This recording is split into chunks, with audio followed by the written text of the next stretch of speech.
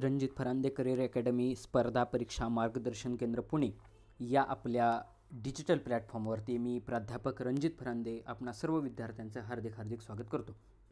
विद्यार्थी मित्रांनो, आपला सर्वांनाच माहिती असेल त्याच्यानुसार सर्वांनाच आपल्या ग्रुपवरती पण टेलिग्राम ग्रुपला त्या ठिकाणी मी माहिती टाकली होती की मुंबईचा जो काही पेपर आहे तो मुंबईचा पेपर हा साधारणतः बरं का 14 डिसेंबर ते 22 डिसेंबर ह्या दरम्यान होण्याची शक्यता आहे।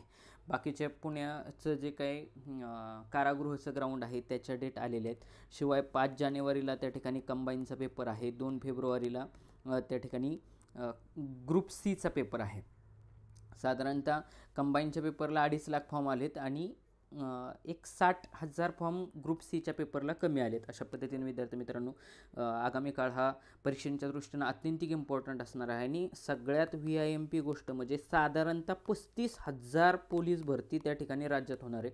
मी तुम्हाला पाठीमागच सांगितलं होतं की 25,000 फक्त महिला पोलीस भरती करण्याचं त्यांचं टार्गेट आहे आणि आत्ता सध्या ऑलरेडी म्हणजे काही 7,500 भरतीचा JR माननीय देवेंद्र फडणवीस साहेब यांनी काढला होता आणि अजितदादा जे काय आहेत माननीय अजितदादा पवार यांनी पण सांगितलं होतं की साधारणतः 25,000 जागांची आम्ही त्या ठिकाणी भरती करू। अशा पद्धतीने विद्यार्थी मित्रांनो, आगामी काळामध्ये येणारा पोलीस भरतीसाठी 2025 हे वर्ष हे सुवर्ण वर्ष असणार आहे। त्याच्यामुळे आत्ताच तुम्ही ताकदीनं चिकाटीनं अभ्यासाला लागलं पाहिजे। जे काही मुंबईसाठी ज्यांनी फॉर्म भरलेले आहे त्या विद्यार्थी मित्रांना पुन्हा माझं एक सांगणं आहे की पाठीमागचा जो काही मुंबईचा पेपर झालेला आहे तो पेपर मी ऑलरेडी त्या ठिकाणी यूट्यूबला डिस्कस केलेला आहे आणि आजपासून आपण त्यांच्यासाठी JKचे त्याच्या करंटचं तर सिरीज आपली चालूच राहील सायमल्टेनियसली, परंतु JKचं असेल, त्याच्यानंतर मॅथमॅटिक्स असेल, बुद्धिमत्ता असेल, हे मराठी असेल, हे सर्व सेशन आपले रेग्युलरली खास मुंबईच्या मुलांसाठी त्या ठिकाणी चालू राहतील। ज्यांना कुणाला जे वाटतात बाबा सर हे टॉपिक घ्या हे टॉपिक घ्या ते 100% आपण तुम्ही मला कमेंट बॉक्समध्ये सांगत चला। मी जे क्वेश्चन विचारतो ते कमेंट बॉक्समध्ये शेअर करा, आपला टेलिग्राम ग्रुप जॉईन करा। मी डेली यूट्यूबला पोस्ट ह्या सेक्शनमध्ये काही ठिकाणी कम्युनिटी हा सेक्शन दिसतो किंवा पोस्ट सेक्शन दिसतो, याच्यामध्ये डेली क्वेश्चन टाकत असतो। ते क्वेश्चन सॉल्व करण्याचा प्रयत्न करा। जेवताना वगैरे जरी तुम्ही ते क्वेश्चन सॉल्व करण्याचा प्रयत्न केला तरी तुमचा 2-2, 5-5 MCQ न म्हणा पण भरपूर अशी तयारी त्या ठिकाणी होऊ शकते। तर वेळ न घालवता आपण आजच्या जे काय आपलं 10 आपण क्वेश्चन घेत असतो त्या 10 क्वेश्चनला सुरुवात करू। बघा, पहिलाच क्वेश्चन तुमच्या स्क्रीनवरती त्या ठिकाणी तुम्हाला दिसत असेल। देशातील पहिली हायड्रोजन ट्रेन कोणत्या रेल्वे स्थानकादरम्यान धावली आहे? बघा, कुठली आहे? देशातील पहिली आहे, परंतु ते कसली आहे हो? ती आहे हायड्रोजन ट्रेन। म्हणजे आत्तापर्यंत आपण बघितलं की विजेवरती नॉर्मल रेल्वे, त्याच्यानंतर विजेवरती धावणारी रेल्वे, नंतर मेट्रो, अशा पद्धतीने आपण पुढं बरेच आत्तापर्यंत आलेले एक्झामला क्वेश्चन बघितले असेल। तर हा क्वेश्चन आत्तापर्यंतच्या म्हणजे जेवढे जे काय क्वेश्चन आपण घेतोय त्यातला सगळ्यात VIMP क्वेश्चन आहे हा। देशातील पहिली हायड्रोजन ट्रेन आहे। हायड्रोजन ट्रेन म्हणजे काय? इंधन म्हणून वापर कशाचा होणार आहे हो? इंधन म्हणून वापर होणार आहे ह्या हायड्रोजनचा। तर ती कोणत्या रेल्वे स्थानकांच्या दरम्यान धावली आहे असा क्वेश्चन त्या ठिकाणी विचारला आहे। सिंध ते पानिपत, जिंद ते सोनीपत, मुंबई ते ठाणे आणि वर्सोवा। बघा, आता हे जे काय ऑप्शन मी तयार केलेले आहेत हे फार काळजीपूर्वक ऑप्शन तयार केलेले आहेत। ऑप्शन तयार करत असताना मला तुम्हाला एक माझा कल तुमच्यामध्ये उतरवायचा आहे की ऑप्शन नंबर 2 आणि ऑप्शन नंबर 3ला तुम्ही जास्तीत जास्त प्रेफरन्स दिला पाहिजे। या अनुषंगाने मी ऑप्शन त्या ठिकाणी फ्रेम करत असतो। आता तुम्ही जर बघितलं तर ह्या ठिकाणी 2 ठिकाणी मी ऑप्शनमध्ये सिमिलॅरिटी ठेवण्याचा प्रयत्न केला आहे। सिंध ते पानिपत आणि जिंद ते सोनीपत ह्या 2 ऑप्शनमध्ये सारखेपणा वाटतोय, म्हणजे एक्झामिनरला ह्या 2 ऑप्शनमध्ये मुलांना कन्फ्यूज करायचं आहे की सिंध ते पानिपत का जिंद ते सोनीपत। म्हणजे 100% जो काय ऑप्शन नंबर 3 आहे मुंबई ते ठाणे आणि वर्सोवा हे 2 ऑप्शन येणार नाहीत। मग या प्रश्नाचं उत्तर काय आहे तर तुम्ही ह्या ठिकाणी पाहू शकता। बघा, ह्या ठिकाणी क्लिअरली लिहिलेले की देशातील पहिली हायड्रोजन ट्रेन, देशातील पहिली हायड्रोजन ट्रेन लवकरच धावणार आहे आणि विशेष म्हणजे ह्या कात्रणामध्ये तुम्हाला दिसतंय, विशेष म्हणजे भारतातील रेल्वे प्रशासन या प्रकल्पासाठी आशावादी असणार आहे। हरियाणातील, कुठं? हरियाणातील, इथून पॉईंट बघा, हरियाणातील जिंद आणि सोनीपत रेल्वे स्थानकादरम्यान ही ट्रेन धावण्याचे निश्चित झालेले आहे. आणि जी काही लखनौ येथील जी काही Research Design and Standard Organisation आहे, ह्या लखनौ येथील रिसर्च डिझाईन अँड स्टँडर्ड ऑर्गनायझेशननं ह्याच्यासाठी ट्रेनची सगळी जी काही रचना ती केलेली आहे. मग ह्याचा फायदा काय होणार आहे विद्यार्थी मित्रांनो, की ही जी काही ट्रेन आहे डिझेल आणि इलेक्ट्रिक ऊर्जेचा वापर न करता ही ट्रेन पूर्णपणे हायड्रोजन शक्तीवरती चालणार आहे. आणि या ट्रेनला 8 प्रवासी डबे असतील. साधारणतः ही ताशी 110 किलोमीटर या वेगानं ही जी काही ट्रेन आहे ही धावणार आहे. अशा पद्धतीनं ह्या सगळी ह्याची माहिती आहे. सध्या अशी ट्रेन फक्त जर्मनीमध्ये धावत असून तिला हायड्रोजन इंधनावरती आपले प्रभुत्व मिळवायचे असेल तर इतर देशांमध्ये देखील त्यांनी तशा पद्धतीचं हे केलेलं आहे. मग आता ह्याच्यावरती अजून क्वेश्चन पुढे जाऊन काय विचारला जाऊ शकतो, जर हायड्रोजन ट्रेन त्या ठिकाणी चर्चेमध्ये असेल तर देशाचे केंद्रीय रेल्वे मंत्री कोण आहेत हा प्रश्न आपल्याला यायला पाहिजे. त्याच्यामुळं अश्विनी वैष्णव हे जे काय आहेत हे रेल्वे मंत्री आहेत. ह्या ठिकाणी बघा मी त्यांचं नाव देखील इथं मेन्शन केले आहे. अश्विनी वैष्णव हे कोण आहेत, केंद्रीय रेल्वे मंत्री आहेत. मग आता बघा तुम्हाला इंधन कळलं की हायड्रोजन इंधन असणारे साधारणतः 8 प्रवासी डबे असणारे 110 ताशी किलोमीटर. तुम्ही इथं ह्याच्यामध्ये मी आता हायलाईट केले ते पॉईंट. आणि ते कुठून कुठं धावणार आहे तर सिंध ते सोनीपत. बघा पानिपतला जायचं नाही, सिंध ते सोनीपत या दरम्यान ही ट्रेन धावणार आहे. पानिपतला काय झालं होतं, पानिपतला आपली पानिपतची तिसरी जी काय लढाई ही मराठा यांच्या संदर्भात झाली होती. बघा मराठा आणि मला आता लक्षात न गेलं तर ज्यावेळेस आपले हे जे काय आपला विश्वास आहे विश्वासराव त्या ठिकाणी पानिपतच्या लढाईमध्ये त्या ठिकाणी मारले गेले. आणि मग ही जी काय पानिपतची लढाई झाली मराठे आणि माझं त्यांचं नाव लक्षात गेलं अब्दाली. तर ही जी काय अब्दाली आणि मराठे यांच्यामध्ये जी काय पानिपतची लढाई झाली आणि त्याच्यामध्ये आपला मराठ्यांचा पराभव झाला. आणि त्या काळामध्ये संपूर्ण भारतावरती महाराष्ट्राचं म्हणजे मराठ्यांचं शासन होतं असं म्हणता येईल आपल्याला. त्याच्यामुळं ही पानिपत सोनीपत ही सर्वच्या सर्व गावं कुठली आहेत ही आहेत हरियाणातली. हा मुद्दा लक्षात घ्यायचा. एक्झामिनर क्वेश्चन ह्याच्यावरती असाही प्रेम करू शकतो की ही कोणत्या राज्यात धावणार आहे तर ती हरियाणा या राज्यात धावणार आहे. आता या ठिकाणी तुम्ही मला कमेंट बॉक्समध्ये कमेंट करून सांगायचं आहे की पहिली रेल्वे जी काय आपली मुंबई ते ठाणे ह्या दरम्यान जी काय त्या ठिकाणी ती स्थानकादरम्यान धावली. मुंबई ते ठाण्याला भारतातील पहिली ट्रेन 1853 साली. बघा किती 1853 साली मुंबई ते ठाणे दरम्यान आपली भारतातील पहिली ट्रेन त्या ठिकाणी धावली. IMP क्वेश्चन आहे, बऱ्याच एक्झामला हा क्वेश्चन विचारलेला आहे. तर माझा क्वेश्चन तुम्हाला असा आहे, जी ट्रेन धावली त्याला साधारणतः 3 इंजिने जोडण्यात आली होती. तर त्या 3 इंधनाची नावे जी काय 3 इंजिने त्या ठिकाणी जोडण्यात आली होती त्या इंजिनांची नावे तुम्ही मला खाली कमेंट बॉक्समध्ये कमेंट करून सांगायचे. ओके. मग हा वर्सोवा हा ऑप्शन मी का तयार केलेला आहे तर वर्सोवा हा ऑप्शन तयार करण्याच्या पाठीमागचं लॉजिक असं आहे की महाराष्ट्रामध्ये महाराष्ट्रामध्ये 2014 साली तत्कालीन मुख्यमंत्री पृथ्वीराज चव्हाण ज्यांना पृथ्वीराज बाबा असं पण म्हणतात की पृथ्वीराज चव्हाण यांनी 2014 साली ह्या वर्सोवा इथून महाराष्ट्रातल्या पहिल्या मेट्रो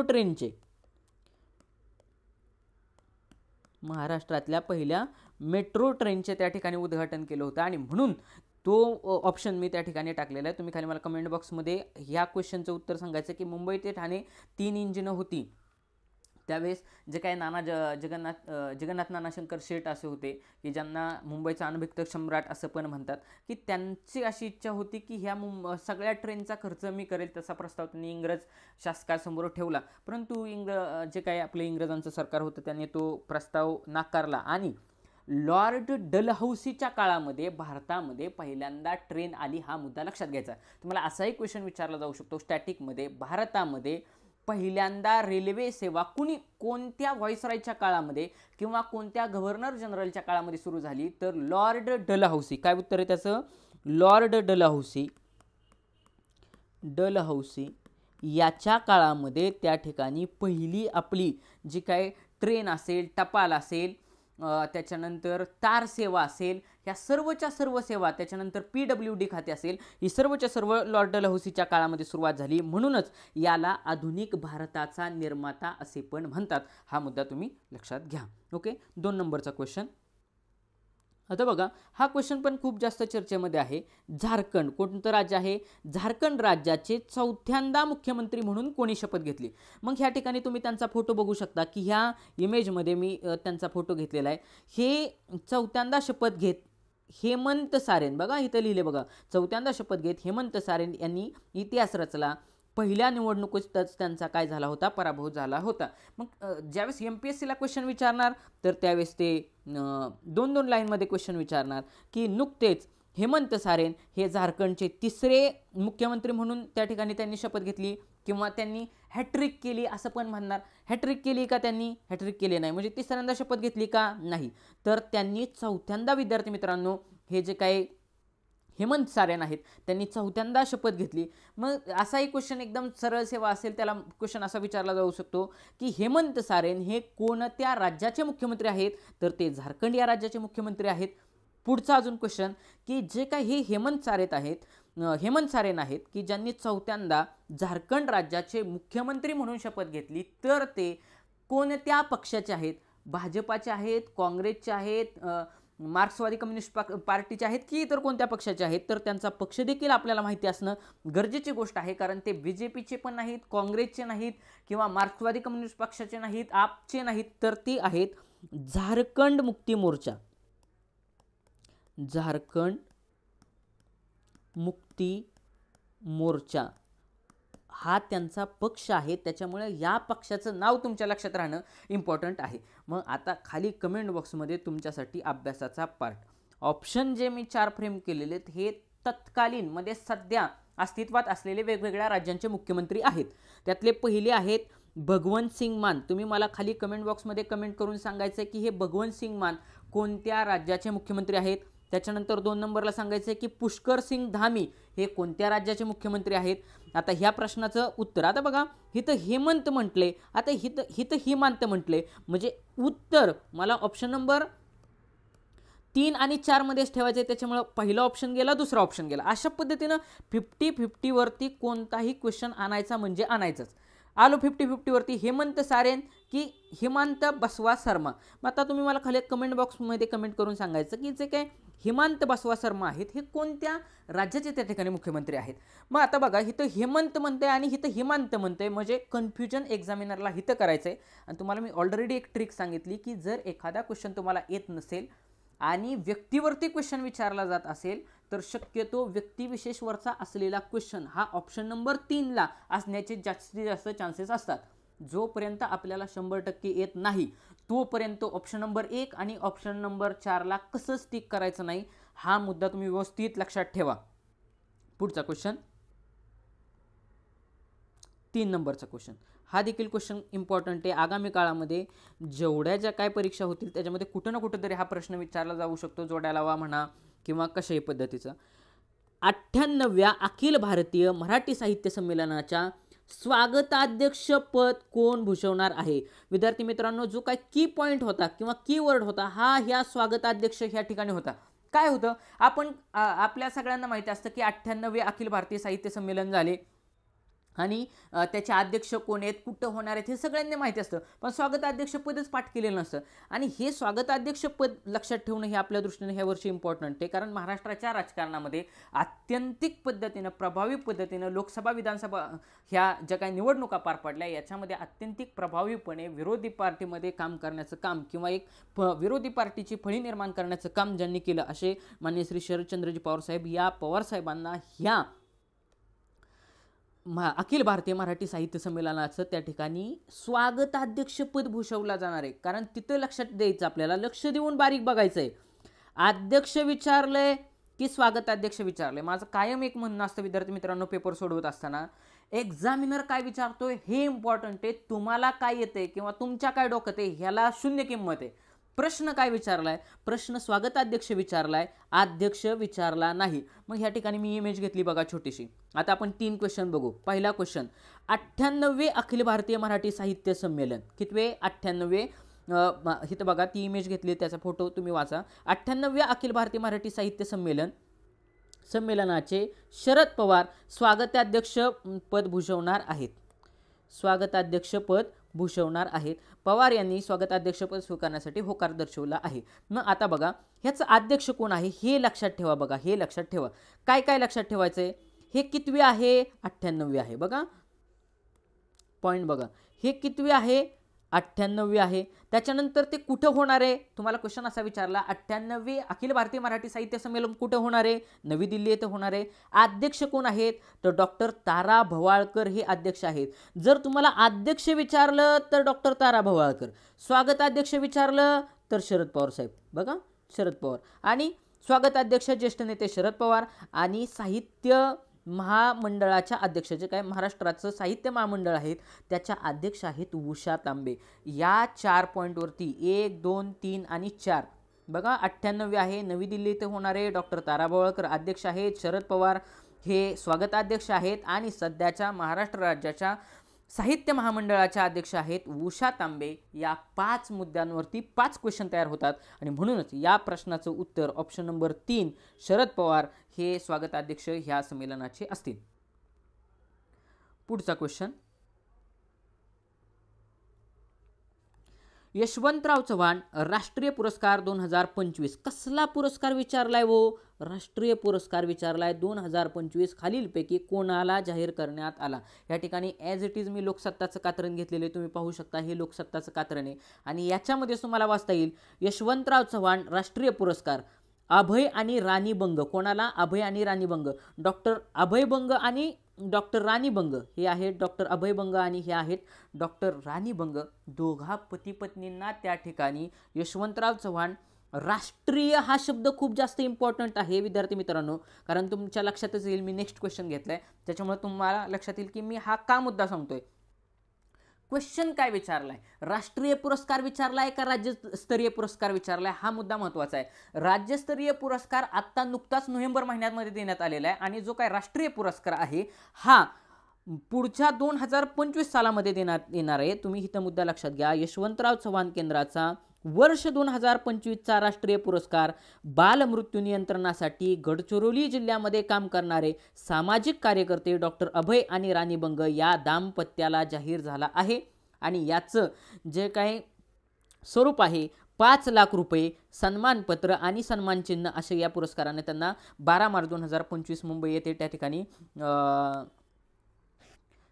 हा पुरस्कार देण्यात येणार आहे. मग आता जो काही हा पुरस्कार आहे, ज्यावेळेस तुम्ही MPSCला जाता त्यावेळेस क्वेश्चन इथं विचारणार, हे पॉईंट विचारणार की ह्या पुरस्काराचं स्वरूप काय आहे. 5 लाख रुपये रोख, तिथं देणार 25 लाख रुपये रोख, 10 लाख रुपये रोख, अशा पद्धतीने फसवतात. कारण 10 लाख रुपये रोख आणि 25 लाख रुपये रोख ह्या जनरली रकमा असतात, परंतु हा जो काही यशवंतराव चव्हाण राष्ट्रीय पुरस्कार आहे हा डॉक्टर राणी बंग आणि अभय बंग कुठं कार्य करतात, ते तर गडचिरोलीमध्ये काम करतात. कशा संदर्भात करतात, तर जे काही बालमृत्यू होतात या बालमृत्यूंच्या संदर्भात काम करण्याचं, आरोग्याच्या संदर्भात इम्पॉर्टंट काम करण्याचं काम हे दोघं पती पत्नी करतात.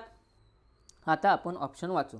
मी जाणून बुजून फसवण्यासाठी सर्व ऑप्शन डॉक्टर मध्ये दिलेले. डॉक्टर विजय भटकर हे जे काय आपला भारताचा पहिला जो काय सुपर कॉम्प्युटर आहे, महासंगणक आहे, हा बनवण्याचं काम कोणाचं होतं, डॉक्टर विजय भटकर. ऑप्शन गेला. डॉक्टर रिजुनाथ माशेलकर पण हे फार मोठे शास्त्रज्ञ आहेत. आता डॉक्टर तारा भवाळकर, सगळ्या आपल्याला काय वाटतं, जे आपण वाचलेलं असतं तेच ऑप्शनमध्ये दिसलं की आपल्याला वाटतं हेच उत्तर असेल.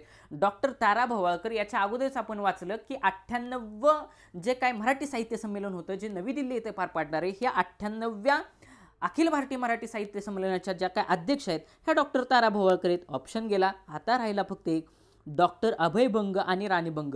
जास्तीत जास्त ऑप्शन एक्सप्लेन केला होता जेणेकरून बाबा विद्यार्थ्याला सहजासहजी उत्तरापर्यंत पोहोचता यावं. त्या दोघांच्या इमेज पण मी त्या ठिकाणी टाकलेले आहेत. तर या प्रश्नाचं उत्तर आहे डॉक्टर अभय बंग आणि राणी बंग.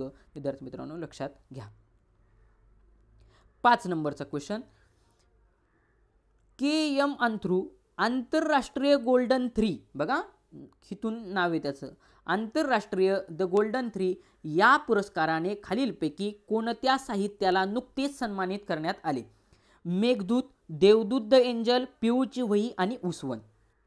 आता विद्यार्थी मित्रांनो, तुम्ही जर लक्षात घेत असाल तर तुमच्या लक्षात येईल की जे काही मी ऑप्शन तयार केलेत ह्या ऑप्शनमध्ये लक्षात घ्या, इथं देवदूत म्हणतंय, सॉरी इथं मेघदूत म्हणतंय आणि इथं देवदूत म्हणतंय. 100% ऑप्शन नंबर 3, ऑप्शन नंबर 4 गेला. 3 आणि 4 गेला, कारण सिमिलॅरिटी ठेवली. ऑप्शनमधला सारखेपणा शोधायचा मध्ये शोधायचं. पाठांतर असेल तर वेल अँड गुडच, देवदूत आणि मेघदूत. मग आता सगळ्यांना माहिती आहे हे जे काय मेघदूत जे काय महाकाव्य आहे हे कवी कालिदासांनी लिहिलेलं आहे. हा क्वेश्चन स्टॅटिकमध्ये विचारलेला आहे की मेघदूत हे जो काय काव्य, हे जे काय काव्य आहे हे कोणी लिहिलेलं आहे, तर मेघदूत हे कवी कालिदास यांनी मेघदूत नावाचं काव्य त्या ठिकाणी लिहिलेलं आहे. आणि हा क्वेश्चन वारंवार त्या ठिकाणी विचारला जातो कारण ते आपल्या महाराष्ट्रामध्ये लिहिलेलं आहे. आणि मग या प्रश्नाचं उत्तर तुम्ही पाहत असताना ही कात्रण बघा, या कात्रणाकडे लक्ष द्या. गायधनींच्या, कोणाच्या, गायधनींच्या देवदूत द एंजल, काय ह्याचं नाव आहे, देवदूत द एंजल ला पुरस्कार त्रिवेंद्रम येथील आंतरराष्ट्रीय लिटरेचर रिडिफायनिंग वर्ल्ड या नियतकालिकातर्फे सुधाकर गायधनी, कोण, सुधाकर गायधनी यांच्या देवदूत द एंजल या महाकाव्याला यावर्षी KM अंतरू आंतरराष्ट्रीय गोल्डन 3 या पुरस्काराने सन्मानित करण्यात आलेलं आहे. ही जी काय कादंबरी आहे किंवा हे जे काय महाकाव्य आहे इंग्रजी आणि मराठीसाठी हा ग्रंथ प्रकाशित करण्यात आलेला आहे. आणि इंग्रजीमधून त्याच्यात चायनीज असेल, रोमनीज असेल, इटालियन असेल, रशियन असेल, अशा वेगवेगळ्या भाषांतरामध्ये हा अनुवादित करण्यात आलेला आहे. हे एक महाकाव्य, हा शब्द महत्त्वाचा आहे, महाकाव्य आहे, हा मुद्दा तुम्ही लक्षात घ्या. कुठला पुरस्कार आहे, आंतरराष्ट्रीय द गोल्डन 3 पुरस्कार हा आहे. आता इथलं उसवन काय आहे विद्यार्थी मित्रांनो, उसवनवरती त्या ठिकाणी तुम्हाला क्वेश्चन विचारला जाऊ शकतो. तर आता उसवनच्या संदर्भात आपण बघायचं झालं तर त्या ठिकाणी माझ्याकडे इमेज जर असेल तर मी तुम्हाला ती दाखवतो. ही बघा, इमेज मी ॲड करतो. ही उसवनची इमेज आहे बघा, उसवनची ही इमेज आहे. आता ह्या इमेजवरून तुमच्या विद्यार्थी मित्रांनो लक्षात येईल, इथं बघा उसवन देवीदास सौदागर. मग आत्ताचा नुकताच एका टेलरिंग काम करणाऱ्या व्यक्तीच्या चरित्रावरती देवीदास सौदागर, कुणी, देवीदास सौदागर यांनी एक उसवन नावाची कादंबरी लिहिली. आणि त्या कादंबरीमध्ये टेलरिंग काम करतामध्ये त्यांच्या जीवनाच्या व्यथा त्याच्यामध्ये मांडल्यात. म्हणून 2024 सालचा मराठी साहित्य युवा पुरस्कार, बघा मराठी साहित्य अकादमीचा युवा पुरस्कार, हा युवा पुरस्कारावरती फोकस करायचा, हा देवीदास सौदागर यांच्या उसवन या कादंबरीला देण्यात आला. ह्या ठिकाणी कन्फ्युजन होणारे 2 मुद्दे असतात. एक म्हणजे युवा साहित्य कोणाला देण्यात आला आणि बाल साहित्य कोणाला देण्यात आला. हा जो भेटलाय, हा उसवन नावाची कादंबरी ह्याला भेटलाय युवा साहित्य अकादमी. तर बाल साहित्य अकादमी कोणाला भेटलेला आहे, ऑलरेडी आपण त्या ठिकाणी लेक्चरमध्ये सांगितलेले. तर हा जो काही बाल साहित्य पुरस्कार भेटलेला आहे, तुम्ही मला कमेंट बॉक्समध्ये कमेंट करून सांगा की हा बाल साहित्य कोणाला भेटलेला आहे. कारण मी तुम्हाला अजून त्यांचे हे पण सांगतो, कादंबरीचं नाव सांगतो, शमशेर आणि भूत बांगला हे त्यांचं बाल साहित्य आहे. तर तो कोणाला भेटलेला आहे हे तुम्ही मला कमेंट बॉक्समध्ये कमेंट करून सांगा. ऑलरेडी आपण त्या ठिकाणी लेक्चरमध्ये घेतलेला आहे. इम्पॉर्टंट पॉईंट आहे अत्यंत, कारण कोणत्या ना कोणत्या तरी परीक्षेसाठी हे 2 पॉईंट विचारले जाऊ शकतात. ओके, पुढचा क्वेश्चन. आता बघा जो काही पुढचा क्वेश्चन आहे 6 नंबरचा, पुन्हा एकदा बघा तुम्हाला तो क्वेश्चन बघायला भेटू शकतो. यशवंतराव चव्हाण राज्यस्तरीय पुरस्कार विचारला का नाही. यशवंतराव चव्हाण राज्यस्तरीय पुरस्कार 2024 खालीलपैकी कोणाला जाहीर करण्यात आला. याच्या अगोदरचा जो पुरस्कार आपण बघितला होता तो कुठला होता, तर तो होता राष्ट्रीय पुरस्कार. इथं राष्ट्रीय पुरस्कार विचारला होता. आणि आता या क्वेश्चनमध्ये क्वेश्चन काय विचारतोय, तर क्वेश्चन विचारतोय राज्यस्तरीय पुरस्कार 2024 कोणाला देण्यात आलेला आहे. तर यशवंतराव चव्हाण प्रतिष्ठानातर्फे दिला जाणारा राज्यस्तरीय पुरस्कार, या ठिकाणी बघा त्यांची इमेज आहे. MPSCच्या क्षेत्रामध्ये, इतिहासाच्या क्षेत्रामध्ये अत्यंतिक मोलाचं कामगिरी करणारे हे डॉक्टर जे काय आहे डॉक्टर जयसिंगराव पवार. इथं बघा राजर्षी शाहू पंचखंडात्मक स्मारक ग्रंथ 5 खंड लिहिले राजर्षी शाहू महाराज यांच्यावरती, पहिला, दुसरा, तिसरा. हे बघा राजर्षी शाहू महाराज यांचं, जाणून बुजून मी हे फोटो घेतला. यादा कदाचित असाही क्वेश्चन विचारता सरळ सेवेला की डॉक्टर जयसिंगराव पवार यांनी लिहिलेलं खालीलपैकी कुठली साहित्य कृती आहे. तर ही जी काही साहित्य कृती आहे कशावरती जास्तीत जास्त फोकस टाकलाय, इतिहासावरती लेखन केलेलं आहे. त्यातल्या त्यात फेमस असलेलं कुठले तर राजर्षी शाहू महाराजांवरती त्या ठिकाणी त्यांच्या 5 खंड उपलब्ध आहेत. मग या 5 खंडाच्या संदर्भात लक्षात घ्या, डॉक्टर जयसिंगराव पवार यांचं इतिहासाचं पुस्तक MPSCच्या क्षेत्रामध्ये अत्यंतिक प्रसिद्ध आहे. मेन्सला ह्याच्यावरती maximum question doctor Jaysingrao Pawar यांच्या पुस्तकामधले विचारले जातात. मग यशवंतराव चव्हाण राज्यस्तरीय पुरस्कार 2024 खालीलपैकी कोणाला जाहीर करण्यात आला? परत एकदा आता ऑप्शनकडे येऊ आपण. डॉक्टर तारा भवाळकर साहित्य संमेलनाच्या अध्यक्ष होत्या, ऑप्शन गेला. डॉक्टर अभय बंग आणि राणी बंग आणि डॉक्टर जयसिंगराव पवार या दोघांमध्ये उत्तर असण्याचे चान्सेस आहेत. तुम्ही जाताना वाचून जाताना काय केलंय, राष्ट्रीय पुरस्कार, तुम्ही लक्षच दिलं नाही. राष्ट्रीय पुरस्कार विचारलाय का राज्यस्तरीय पुरस्कार विचारलाय? जर तुम्हाला राष्ट्रीय पुरस्कार विचारला असता तर त्याचं उत्तर काय आलं असतं, डॉक्टर अभय बंग आणि राणी बंग या दोघा दाम्पत्याला किंवा नवरा बायकोला त्या ठिकाणी तो पुरस्कार देण्यात आला होता. परंतु आपल्याला विचारलंय राज्यस्तरीय पुरस्कार. हा राज्यस्तरीय पुरस्कार हा डॉक्टर अभय बंग आणि राणी बंग यांना देण्यात आलेला नसून कोणाला देण्यात आलेला आहे तर तो, विद्यार्थी मित्रांनो, तो डॉक्टर जयसिंगराव पवार यांना त्या ठिकाणी देण्यात आलेला आहे. हा मुद्दा तुम्ही लक्षात घ्या. 7 नंबरचा क्वेश्चन, हा देखील क्वेश्चन इम्पॉर्टंट आहे. का इम्पॉर्टंट आहे त्याचं कारण असं, ICC म्हणजे जे काही इंटरनॅशनल क्रिकेट काउन्सिल आहे किंवा असोसिएशन आहे, ह्या इंटरनॅशनल क्रिकेट काउन्सिलचे सर्वात तरुण अध्यक्ष म्हणून नुकताच कोणी पदभार स्वीकारला आणि आपल्या भारताच्या दृष्टीनं अत्यंतिक अभिमानाची असणारी बाब म्हणजे ICC म्हणजे ज्या ठिकाणी क्रिकेटमधले सगळ्यात जास्त पैसे म्हणजे आत्ता सगळ्यात जास्त पैशांचा स्रोत असलेला ICC आहे, त्याच्यावरती भारताचा पहिल्यापासून होल्ड आहे. तर ह्या ICCचे सर्वात तरुण अध्यक्ष होण्याचा मान नुकताच कोणाला मिळालेला आहे? शरद पवार, जय शहा, शशांक मनोहर आणि जगमोहन दालमिया. लक्षात ठेवा विद्यार्थी मित्रांनो की आत्तापर्यंत टोटल 5 लोकांनी, किती? टोटल 5 लोकांनी ह्या ICCचे अध्यक्षपद भूषवलेले आहे. किती लोकांनी? 5 लोकांनी. त्या 5 लोकांपैकी ऑलरेडी 4 लोक हित आहेत. ही 5 लोकांपैकी 4 लोक हित आहेत. ह्यातल्या सगळ्यांना माहिती आहे की शरद पवार, सगळ्यात ज्येष्ठ नेते शरद पवार हे त्या ठिकाणी ICCचे अध्यक्ष होते आणि आपल्या अभिमानाची बाब म्हणजे 2007 सालचा जो काही वर्ल्ड कप आहे हा महेंद्रसिंग धोनी यांच्या कॅप्टनशिपमध्ये आणि ICCचे चेअरमन शरद पवार साहेब हे असतानाच आपल्याला त्या ठिकाणी वर्ल्ड कप आपल्याला भेटलेला आहे. मग हा वर्ल्ड कप भेटत असताना शरद पवार अध्यक्ष होते. परंतु कीवर्ड तुम्ही लक्षात घ्या ना, कीवर्ड काय हो? सर्वात तरुण. शरद पवार सर्वात तरुण असू शकतात का? असू शकत नाही. ऑप्शन गेला. जय शहा, शशांक मनोहर की जगमोहन दालमिया. तर ह्या ठिकाणी ही पेपरमधलं आत्ताच रिसेंटली आलेलं कात्रण आहे, मी ॲज इट इज घेतलेलं आहे. तुम्ही ऑप्शन इथं बघा, त्यांचा फोटो दिलेला आहे. अमित शहा यांचे जे काही चिरंजीव आहे जय शहा, जे सध्या BCCI आपलं जे काय आहे भारताचं क्रिकेट काउन्सिल बोर्ड जे काय आहे त्या BCCIचे पण अध्यक्षपद त्यांच्याकडेच आहे. तर त्यांना सध्या ICCIचे सूत्र आले. जय शहांनी हाती घेतले ICCIचे सूत्र. टोटल किती आतापर्यंत होते? मुद्दा लक्षात घ्या, ही तर क्वेश्चन विचारला जाणार आहे. 5वे भारतीय चेअरमन ठरलेले, त्या 5 लोकांनी घेतला होता आतापर्यंत. शहांच्या आधी उद्योगपती जगमोहन दालमिया, राजकारणी शरद पवार, वकील शशांक मनोहर, उद्योगपती श्रीनिवास हे जागतिक क्रिकेट संघटनेचे अध्यक्ष आहेत. मग हे सर्वात तरुण असतील तर त्यांचं वय किती आहे? 36 वर्षीय. शहा यांना सध्या ते सचिव पण होते, BCCIचे सचिव आहेत आणि सचिव असतानाच आत्ता सध्या त्यांना नुकतेच त्या ठिकाणी ICCचे चेअरमनपदी बसवण्याचा मान भेटलेला आहे. त्याच्यामुळे ऑप्शन नंबर 2 हे ह्या प्रश्नाचं विद्यार्थी मित्रांनो उत्तर असेल. ऑप्शन नंबर 2ला तुम्ही घेऊन गेलं पाहिजे. 5ही लोकांची तुम्ही नावं लक्षात ठेवा.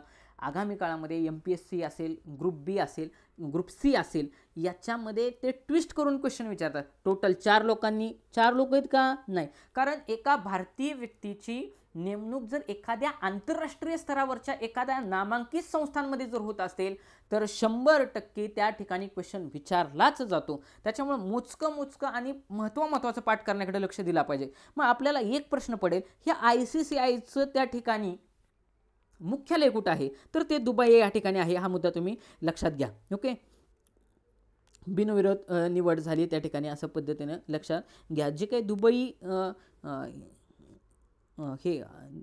या ठिकाणी कुठेतरी इमेजमध्ये म्हटलं पण असेल मे बी, तुम्ही कात्रण या ठिकाणी पाहू शकता. कात्रण पाहिल्यानंतर तुमच्या लक्षात येईल की दुबई या ठिकाणी ह्या ICCIचं त्या ठिकाणी मुख्यालय आहे. ओके, पुढचा क्वेश्चन 8 नंबरचा. ISO म्हणजे एक प्रकारचं स्टँडर्ड असतं. तर आयएसओ प्रमाणपत्र मिळवणारे देशातील पहिले, बघा देशातील पहिले विचारले म्हणजे 100% प्रश्न विचारला जाणार. आयएसओ प्रमाणपत्र मिळवणारे देशातील पहिला महिला पोलीस ठाणे कोणत्या राज्यात आहे? फक्त महिलांचं पोलीस ठाणे तुम्ही या ठिकाणी इमेजमध्ये पाहू शकता. इथं सगळ्या महिला दिसत आहेत का ना हो? इथं काय लिहिलंय? महिला थाना. महिला थाना म्हणजे 100% हे महाराष्ट्रात तर असायला नाही पाहिजे, कारण हिंदीमध्ये लिहिले, नाव इथं हिंदीत लिहिलंय ना. ऑप्शन गेला. छत्तीसगड, महाराष्ट्र, केरळ आणि मध्य प्रदेश. थोडं लॉजिकली जाण्याचा प्रयत्न करू. तुम्हाला एक गोष्ट मी लॉजिकली सांगितली होती की ज्यावेळेस आपण भारताचा विचार करतो, भारताच्या महाराष्ट्रापासून जे काय खालची राज्य आहेत इकडं कर्नाटक, त्याच्यानंतर केरळ असेल, तामिळनाडू असेल, आंध्र प्रदेश असेल, तेलंगणा असेल, ही जी काही साऊथ इंडियन स्टेट आहेत ही हिंदीला विरोध करतात. आणि हिंदीला विरोध करतात त्याचं कारण असं, ऑलरेडी त्यांच्याकडे त्यांची रिजनल लँग्वेज म्हणजे त्यांची मातृभाषा प्लस इंग्लिश ह्याच्यावरती त्यांच्याकडे कमांड आहे. मग मला सांगा, महिला थाना असं हिंदीमध्ये नाव ते देतील का? हिंदीमध्ये नाव ते देणार नाही. ऑप्शन केरळ पण गेला. बघा मी लॉजिकली कसं चालू आहे. केरळ हा ऑप्शन मी कसा काढला? ऑलरेडी केरळ हे दक्षिणेकडचं म्हणजे साऊथच्या साईडचं राज्य आहे. त्या ठिकाणी इंग्रजी प्रसिद्ध आहे. हिंदीला ती लोक विरोध करतात, हिंदी बोलत पण नाही. तुम्ही बालाजीला गेल्यानंतर तुमच्या लक्षात येईल ती लोक हिंदी बोलतच नाहीत. त्याच्यावरून केरळ हा ऑप्शन काढला. आता छत्तीसगड का मध्य प्रदेश? तर एक आपली ट्रिक मी कायम सांगतो, 1 आणि 4 मध्ये जर तुमचं कन्फ्युजन झालं तर तुम्ही नेहमी ऑप्शन नंबर 4 ला गेलं पाहिजे, ना की 1 ला गेलं पाहिजे. या प्रश्नाचं उत्तर ऑप्शन नंबर 4 ही मध्य प्रदेशमधलं जे काय महिला पोलीस ठाणे, देशातील पहिलं पोलीस ठाणं आहे की ज्याला आयएसओ प्रमाणपत्र भेटलेले. मग मध्य प्रदेशमध्ये ते कुठं आहे? तर मध्य प्रदेशची राजधानीचं ठिकाण असलेलं भोपाळ या ठिकाणी हे पोलीस ठाणे आहे. हा मुद्दा लक्षात घ्या. 9 नंबरचा क्वेश्चन, मागेल त्याला शेततळे फळबागा योजनेस कोणाचे नाव देण्यात आले? मागेल त्याला ही महाराष्ट्र राज्य सरकारची योजना आहे. महत्त्वाचा मुद्दा एक म्हणजे कोणाची योजना? ही महाराष्ट्र राज्य सरकारची आहे. महाराष्ट्र राज्याची असणारी मागेल त्याला शेततळे ही फळबाग जी काही योजना आहे, तर तुम्ही बघा संत तुकाराम महाराज, छत्रपती शिवाजी महाराज, डॉक्टर बाबासाहेब आंबेडकर, संत ज्ञानेश्वर महाराज. ऑप्शन वरून जाण्याचा प्रकार बघू आपण. इथं महाराज म्हटलंय, इथं महाराज म्हटलंय, इथं महाराज म्हटलंय. एक्झामिनर 3 ठिकाणी महाराज म्हणतोय, याचा अर्थ उत्तर डॉक्टर बाबासाहेब आंबेडकर असूच शकत नाही. ओके, संत तुकाराम महाराज की संत ज्ञानेश्वर महाराज? बघा आता बघा, वृक्षवल्ली आम्हा सोयरे असं कोणी म्हटलेले वृक्षांच्या संदर्भात? संत तुकाराम महाराजांनी म्हटलेले. संत ज्ञानेश्वर महाराज पण गेले. कन्फ्युजन करण्यासाठी एक्झामिनरनं 2 ऑप्शन ठेवले, संत तुकाराम महाराज की छत्रपती शिवाजी महाराज. तर लक्षात घ्या की शेतकऱ्यांची जी काय शेतकरी कृषी योजना आहे, बघा नीट मी मुद्दा काय सांगतोय, जी काही महाराष्ट्र राज्य सरकारची कृषी योजना आहे, या कृषी योजनेला छत्रपती शिवाजी महाराज यांचं नाव देण्यात आलेलं आहे. आणि म्हणूनच या ठिकाणी तुम्ही इमेजमध्ये बघा, या इमेजमध्ये लिहिले मागेल त्याला शेततळे, या योजनेचं नाव कोणाचं नाव दिलं असेल? छत्रपती शिवाजी महाराज. मागेल त्याला शेततळे योजना ही दिसते का? शेततळे तयार केलेले. साधारणतः अनुदान 75,000 रुपये साधारणतः त्या ठिकाणी अनुदान देते. आणि दुष्काळी भागामध्ये अत्यंतिकपणे प्रभावीपणे कार्य करण्यासाठी किंवा त्या ठिकाणी फळबागा पिकवण्यासाठी ही जी काय योजना आहे ही त्या ठिकाणी आलेली आहे. आणि लास्ट नंबरचा क्वेश्चन आपला आहे, जगातील सर्वात मोठे हॉकी स्टेडियम. कसलं स्टेडियम विचारले? हॉकी, क्रिकेटचं. मला तुम्हाला क्वेश्चन असं विचारायचं आहे, तुम्ही मला खाली कमेंट बॉक्समध्ये त्याचा आन्सर सांगायचं आहे. जगातील सर्वात मोठे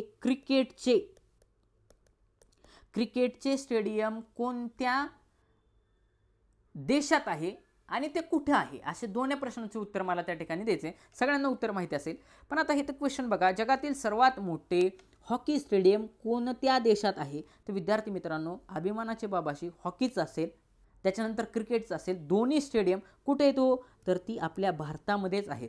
मग आता हे जे काही हॉकी स्टेडियम आहे, क्वेश्चन तुम्हाला असं विचारणार, जगातील सर्वात मोठे असणारे हॉकी स्टेडियम याला कोणाचे नाव देण्यात आलेले? तर तुम्ही बघा, जागतिक आदिवासी दिन हा 9 ऑगस्टला साजरा केला जातो. बघा नीट लक्षात घ्या, जागतिक आदिवासी दिन हा 9 ऑगस्टला साजरा केला जातो. आणि इथं त्यांचा फोटो दिलाय. कोण आहेत हे आहेत बिरसा मुंडा. कोण आहेत? बिरसा मुंडा.